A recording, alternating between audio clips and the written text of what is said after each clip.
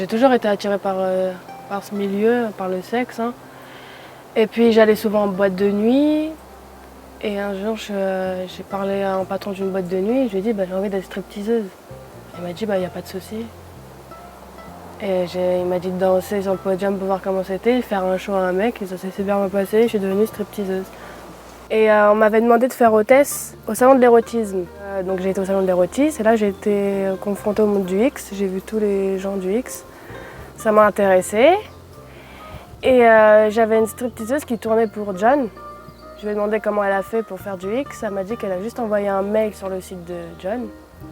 Et elle est devenue actrice, alors j'ai fait la même chose. Et John m'a rappelé et j'ai fait du cul. Salut toi. Salut. Tu t'appelles comment? Coco Charnel. Coco Charnel. C'est un pseudo ça.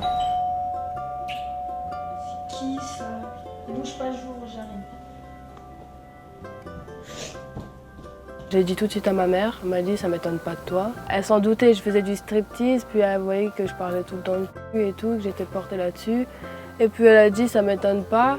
Bon, elle en est pas fière, mais elle a dit tant que ça te va, tant que t'es heureuse, c'est le principal.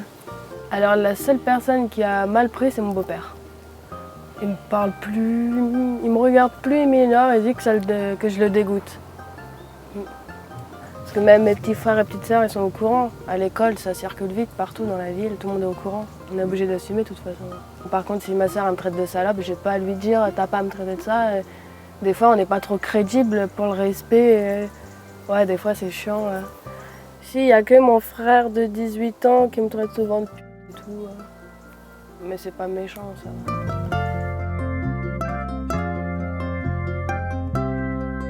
Là, c'est mon dernier film en France. Après, il n'y a pas beaucoup de films en France, de toute façon, de production bien sérieuse. Donc moi, mon but, c'est de travailler à l'étranger. Et il y a une agence de Budapest qui m'a contactée. Et après, pour l'année prochaine, j'essaierai de contacter les agences aux États-Unis. Parce que mon rêve, c'est de travailler aux États-Unis. Parce que là-bas, c'est un vrai travail, c'est un vrai business. Ça peut laisser des séquelles psychologiques, c'est sûr. Je sais pas si je vais sortir du X pareil que quand je suis rentrée dans le X. J'en ai aucune idée.